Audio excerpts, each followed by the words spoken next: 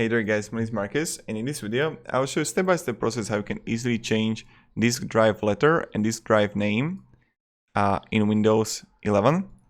So it's really simple and really easy. So what you want to do is this. Go on the bottom to search and write to search disk management.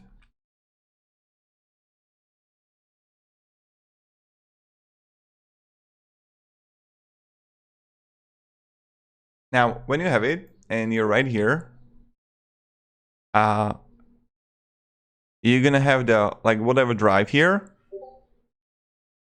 and right click on it, and you can change drive letter and paths.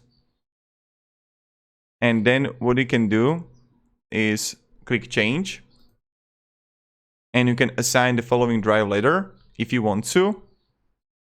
That's something you can do. And then another thing what you can do is to right click on it, properties, and change the name here. So that's pretty much it. Thank you very much for watching, and if you can have any questions, ask them down in comments and write down below that it helped you, so when other people come here they will know that it's helpful and stuff like that. So yeah, goodbye.